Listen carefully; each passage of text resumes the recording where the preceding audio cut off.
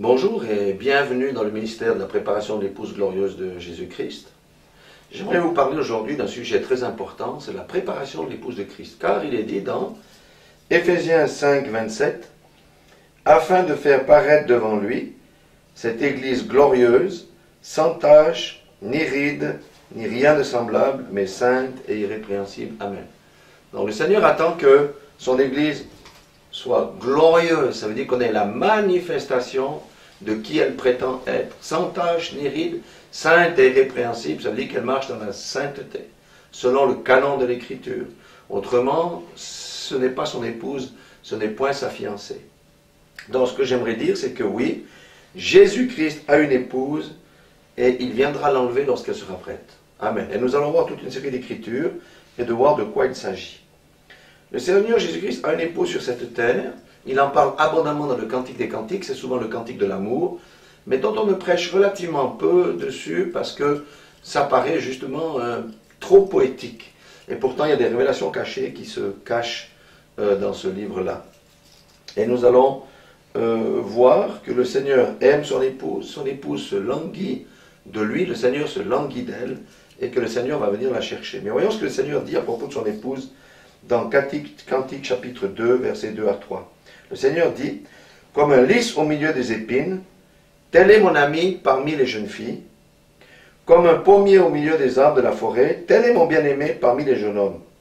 J'ai désiré m'asseoir à son ombre, et son fruit est doux à mon palais. » Vous voyez, il y a une connotation très poétique, amoureuse, mais écoutez bien ce que le Seigneur dit, comme un lys parmi les épines. On a deux sortes de choses. Il dit un lys parmi les épines, des épines. Donc il y a un lys parmi plusieurs épines. Qu'est-ce que c'est? L'épine, l'épouse, c'est le symbole du lys, ça correspond à l'épouse de Christ. Le lys est une fleur assez belle, qui se distingue des épines. Les épines n'ont rien d'extraordinaire à voir, et même c'est plutôt assez moche et pas très inspirant. On a envie de cueillir un lys, mais en tous les cas pas des épines. Maintenant, qu'est-ce que ça représente aussi, les épines? Le lys et les épines. On a dit que le lys, c'est l'épouse de Christ. Le lys symbolise aussi le disciple qui marche par l'esprit. Les épines symbolisent le chrétien qui marche par la chair. Pourquoi? La religion. Pourquoi? Parce que ce sont les épines qui ont été posées sur la tête de notre Seigneur. On a fait une couronne d'épines. Pourquoi? Ce sont les religieux qui ont condamné Christ. Donc c'est ainsi. Il y a une distinction parmi tous ceux qui professent connaître la parole de Dieu. Il y en a certains qui ont le revêtement du lys et d'autres qui ont le revêtement des épines. Il y a certains qui ont l'huile et d'autres qui n'ont pas l'huile. Amen. C'est important de comprendre cette distinction parce que la question qui nous est adressée à chacun d'entre nous, sommes-nous un lys ou sommes-nous une épine? Amen. Voilà ce premier verset. Il y a un deuxième passage dans Cantique 2, versets 9 à 13, où c'est le Seigneur qui vient rechercher son épouse. Regardons comment il présente les choses. « Mon bien-aimé est semblable à la gazelle ou au faon des biches. Le voici. Il est derrière notre mur. » Donc le Seigneur, on voit qu'il est derrière le mur. Il est en train de venir. Il regarde par la fenêtre, il regarde par le tri. Le Seigneur regarde pour voir si la fiancée est bien là, voir comment elle est, est-ce qu'elle est prête ou pas. Mon bien-aimé parle et me dit, « Lève-toi mon ami, ma belle, et viens. » C'est l'appel à l'enlèvement. « Lève-toi mon ami, ma belle, et viens. Car voici l'hiver est passé, la pluie a cessé, elle s'en est allée, les fleurs paraissent sur la terre, et le temps de chanter est arrivé. Amen. » Donc, après l'hiver, c'est le printemps. L'hiver, c'est la mort. Il n'y a pas de fruits, il n'y a rien, il fait froid. Ici c'est le printemps, c'est le renouveau avec la vie. Et voici que le Seigneur vient chercher sa fiancée en cette période-là. Et il dit même, et la voix de la tourterelle se fait entendre dans nos campagnes. La tourterelle, c'est l'oiseau de l'amour. Elle recoule. Le figuier embaume ses fruits et les vignes en fleurs exhalent leur parfum. Lève-toi mon ami, ma belle, et viens. Vous voyez, c'est la jonction du Seigneur pour sa fiancée à venir le rejoindre. Mais pour ça, il faut que la fiancée soit prête. Amen. Il y a une parabole qu'on connaît très bien, c'est dans Matthieu 25, versets 7 à 10, c'est la parabole des 2 vierges, des 10 vierges. Au milieu de la nuit, on cria, « Voici l'époux, aller à sa rencontre. Alors toutes ces vierges se réveillèrent, elles étaient donc endormies, et préparèrent leurs lampes. Et les folles dirent aux sages, donnez-nous de votre huile car nos lampes s'éteignent. Et les sages répondirent, non, il n'y en aurait pas assez pour nous et pour vous. Allez plutôt chez ceux qui en vendent et achetez-en pour vous. Pendant qu'elles allaient en acheter, l'époux arriva, celles qui étaient prêtes entrèrent avec lui dans la salle de noces et la porte fut fermée. Amen. Quelles sont celles qui entrèrent dans les noces de l'agneau? Celles qui étaient prêtes. Les autres n'ont pas pu entrer. Pourtant, ce sont les 10 vierges, ce sont des vierges, donc ce sont des personnes qui connaissent la parole de Dieu. Mais 5 d'entre elles étaient prêtes, elles avaient l'huile, 5 d'entre elles n'étaient pas prêtes, elles n'avaient point l'huile. Bien que toutes connaissaient le Seigneur, leur fiancé, leur identité, allaient à l'église, chantaient Alléluia, 5 sont restés derrière et 5 sont entrés parce qu'elles avaient négligé la préparation. Amen. C'est un avertissement solennel. Nous savons que ici, c'est la même chose que le lys et les épines. Celles qui n'avaient pas l'huile, ça veut dire celles qui n'avaient pas le Saint-Esprit. C'est l'esprit religieux, c'est la religion, le chrétien charnel. Et celle qui avait l'huile dans sa langue, c'est le disciple. Dans le mot disciple, il y a discipline. C'est celle ou celui qui marche selon le canon de l'Écriture et qui marche par l'Esprit et non par la chair. Celui-là ou celle-là entrera dans les noces de l'agneau, les autres vont rester derrière et passeront par la grande tribulation. Amen. Regardez ce que dit Apocalypse 19, verset 7. Il dit, réjouissons-nous et soyons dans l'allégresse et donnons-lui gloire, car les noces de l'agneau sont venues et son épouse s'est préparée. Lorsque les noces sont là, l'épouse doit être prête pour entrer dans les noces de l'agneau. Si elle n'est pas prête, si elle est encore avec des taches, des rides et des choses semblables, elle ne pourra pas entrer. Vous voyez, c'est un avertissement quand même assez solennel que le Seigneur nous adresse. Et dans 1 Thessaloniciens, chapitre 4, versets 15 à 17, il explique comment techniquement l'enlèvement va se passer. Il dit, voici en effet ce que nous déclarons d'après la parole du Seigneur. Nous les vivants, restés pour l'avènement du Seigneur, nous ne devancerons pas ceux qui sont morts, car le Seigneur lui-même a un signal donné à la voix d'un archange et au son de la trompette. Il y a 3 choses. Dieu descendra du ciel et les morts en Christ ressusciteront premièrement. Ensuite, nous les vivants qui serons restés, nous serons tous ensemble enlevés avec eux sur des nuées à la rencontre du Seigneur dans les airs, et ainsi nous serons toujours avec le Seigneur. Amen. On voit qu'il y a la voix d'un archange, le son de la trompette et le signal donné. Qui va entendre ces choses-là? Uniquement ceux qui seront prêts, préparés. Amen. Seuls ceux qui sont prêts et préparés pourront être enlevés dans les airs avec le Seigneur. Amen.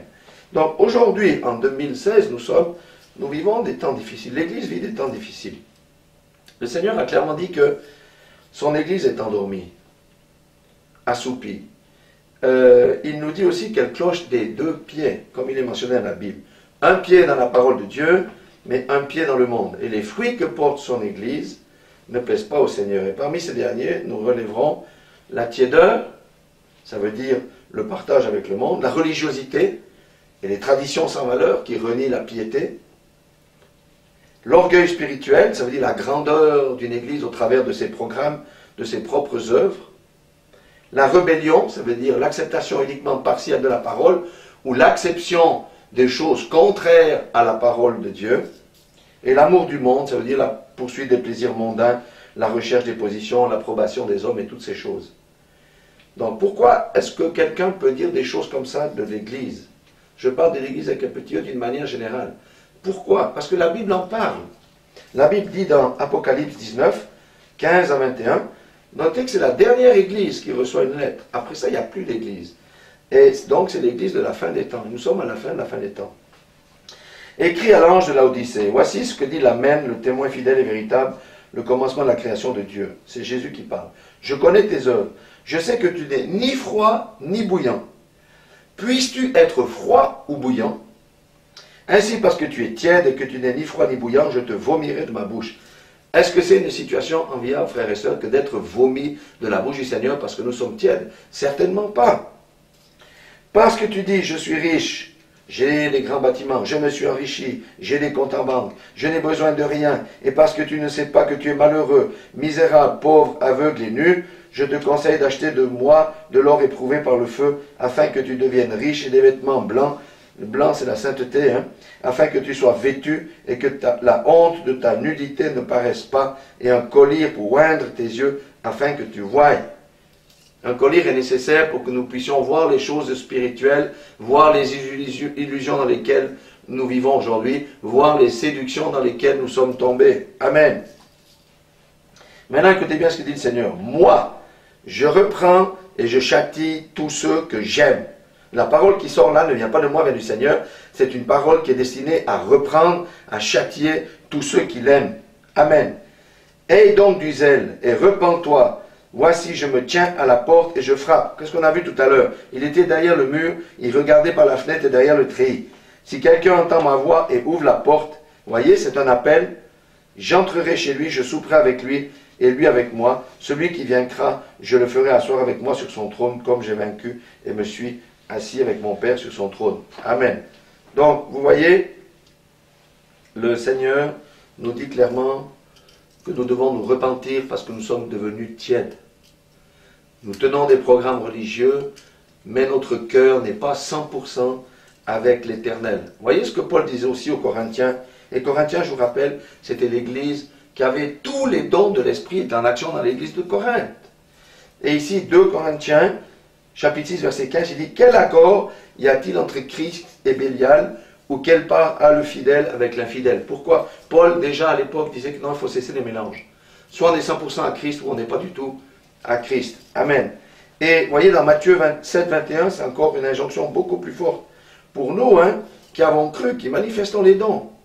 Écoutez ce que la parole dit. Il dit que ceux qui me disent Seigneur, Seigneur, nous disons tous Seigneur, Seigneur, n'entreront pas tous dans le royaume des cieux, mais celui-là seul qui fait la volonté de mon Père qui est dans les cieux. Amen. Ça veut dire que parmi tous les Seigneurs, Seigneur, tous n'entreront pas. Une partie entreront, ce sont les lys, et une partie resteront dehors, ce sont les épines. Celles qui entreront et ceux qui entreront, c'est ceux qui ont l'huile, les autres resteront dehors. Amen. Et si vous allez plus loin dans Matthieu 7, 21, il dit aussi, n'avons-nous pas guéri les malades en ton nom, chassé les démons, ressuscité les morts, etc. Et le Seigneur dit, oui, vous avez fait tout ça, mais vous avez fait tout ça, pas pour moi, vous avez fait ça pour vous. Amen. Donc, voyez, c'est quand même quelque chose de très sérieux, ce que le Seigneur nous dit. Et regardez encore Colossiens 3, 5 à 10, ce sont les avertissements. Quand Christ, votre vie, paraîtra, alors vous paraîtrez aussi avec lui dans la gloire. Regardez bien, écoutez ce que la parole dit. Faites donc mourir les membres qui sont sur la terre, l'impudicité, l'impureté, les passions, les mauvais désirs, la cupidité qui est une idolâtrie. C'est à cause de ces choses que la colère de Dieu vient sur les fils de la rébellion, parmi lesquels vous marchiez autrefois lorsque vous viviez dans ces péchés. Amen. Donc le Seigneur ne veut aucun de ces péchés. Ça, ce sont les tâches et les rites dont nous avons parlé tout à l'heure.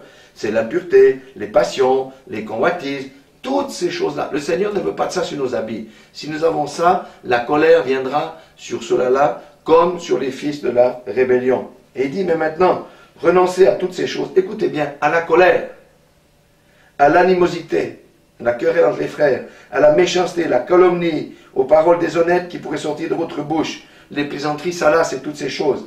Ne mentez pas les uns aux autres, vous étant dépouillés du vieil homme et de ses œuvres, et ayant revêtu l'homme nouveau qui se renouvelle dans la connaissance selon l'image de celui qui l'a créé. Amen.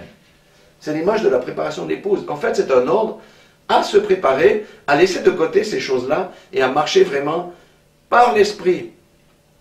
Quand on marche par l'esprit, on ne ment plus. Quand on marche par l'esprit, on ne fraude plus. Quand on marche par l'esprit, on n'a point la cupidité dans le cœur. Quand on marche par l'esprit, on n'a point de colère, on n'a point d'orgueil, on ne veut pas s'élever au-dessus des frères et des sœurs. Quand on marche par l'esprit, on met les talents et les dons que le Seigneur nous a donnés au service des uns et des autres. C'est ça que le Seigneur veut que nous fassions dans la préparation pour être enlevés avec lui dans les airs. Et c'est quand nous faisons ces choses-là que nous devenons un lys. Parce qu'un lys doit manifester une différence par rapport aux épines que nous avons vues tout à l'heure.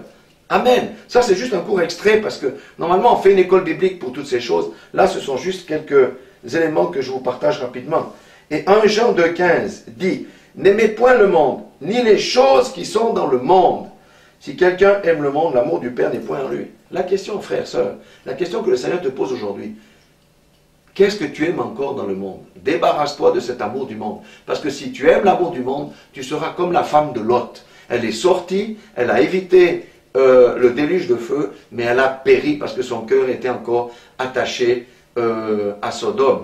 Amen. Vous voyez, ce sont des choses simples mais profondes. Bon, maintenant ça c'est des avertissements, j'aimerais quand même vous parler un petit peu des bénéfices de la préparation.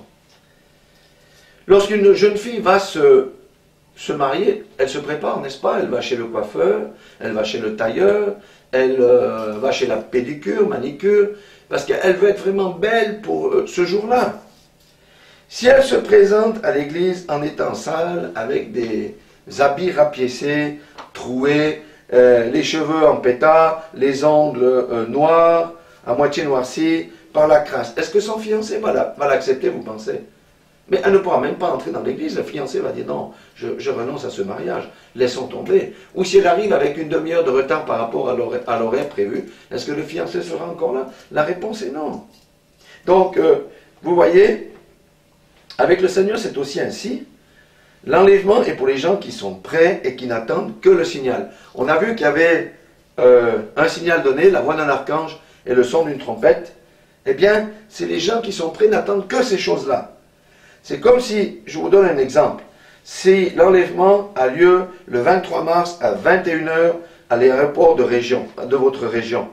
Vous pouvez arriver à l'heure, mais si vous avez sans ticket, mais vous pouvez avoir le ticket, mais vous arrivez en retard, que va-t-il se passer dans les deux cas? Vous ne pourrez pas partir. Si tu es à l'aéroport, mais tu n'as pas le ticket, tu ne passeras pas le barrage. Et si tu arrives avec une demi-heure de retard après que le départ de l'avion a été prononcé, tu n'entreras pas dans l'avion. Tu vas rater l'enlèvement. Donc, la préparation de l'épouse a un seul but, c'est de nous permettre d'arriver à l'heure et avec le billet. Et il ne faut pas jouer avec cela parce que c'est trop important. Amen. Voyez, je terminerai cette partie encore avec 1 Corinthiens 15, 51-52, il dit « Voici, je vous dis un mystère », parce que beaucoup ne croient pas les mystères de la parole. Nous ne mourrons pas tous, et nous sommes probablement la génération où nous ne mourrons pas tous. Mais tous nous serons changés en un instant, en un clin d'œil, à la dernière trompette. D'abord, il y a le signal donné, la voix de l'archange, et la dernière trompette. Donc quand il y a le signal donné, la voix de l'archange, ça veut dire maintenant hâtez la préparation, et quand la dernière trompette va sonner, c'est là qu'aura lieu l'enlèvement. La trompette sonnera, les morts ressusciteront incorruptibles et nous serons changés. Amen. Donc, voyez, l'importance, l'heure est grave. Parce que nous voyons bien que l'Église, aujourd'hui, a peu de puissance, très peu de puissance.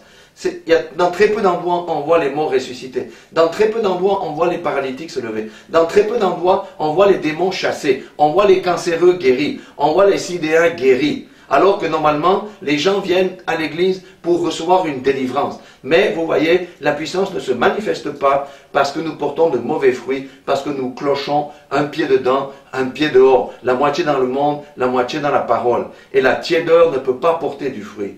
C'est impossible. C'est pour ça que le Seigneur a donné son signal. Maintenant, il fait sonner des sentinelles pour que nous entrions en profondeur dans la préparation, parce que nous voyons bien que l'homme ne maîtrise plus la situation. Il y a eu la COP21 en décembre à Paris. Tous ces hommes d'État n'ont aucune solution à proposer pour régler la pollution et retarder la catastrophe qui vient sur le monde. Non, l'homme n'a plus de solution. Regardez encore avec Daesh, maintenant le problème des réfugiés, l'Europe n'a pas de solution. Et pire encore que ça, le monde maintenant a peur d'un petit moustique qui s'appelle Zika. Tout ça pourquoi? Parce que l'Église de Jésus-Christ n'est pas prête et qu'elle dort et qu'elle est endormie et qu'elle ne manifeste pas ce qu'elle devrait être. C'est pour ça que j'appelle, et s'il y a des pasteurs qui écoutent, j'appelle à entrer véritablement maintenant dans la repentance, à chercher la face du Seigneur et à entrer en profondeur dans la préparation afin que nous soyons tous prêts. Si les pasteurs ne le font pas, les brebis ne vont pas le faire. Et il y aura des catastrophes lorsque l'enlèvement aura eu lieu. Donc si je fais un petit résumé, le Seigneur nous a donné l'ordre de nous préparer, c'est la première des choses. L'Église actuelle est endormie, assoupie. Le Seigneur crie pour qu'elle se réveille, qu'elle soit prête pour son retour. Christ a une épouse qu'il chérit et qui reviendra la chercher à un moment clé. Et son épouse se prépare pour les noces comme une jeune fille prépare pour son mariage. Et l'enlèvement a lieu en un clin d'œil. Ça veut dire un battement de cils et tac, c'est fini. il n'y aura plus la question de dire à ton mari, prépare-toi, c'est là. Non, il n'y aura pas le temps. Soit tu es prêt, soit tu n'es pas prêt. Et ceux qui sont prêts partiront et les autres resteront derrière. Que le Seigneur nous aide à comprendre ces choses importantes et à entrer véritablement dans cette préparation, à faire un choix définitif, le monde ou Christ. La vie mondaine ou la vie selon l'esprit. La marche par l'esprit au lieu de la marche par la chair. Chacun d'entre nous a un choix à faire et c'est le moment parce que les événements se précipitent. Soyez tous bénis dans le précieux nom de Jésus-Christ. Amen.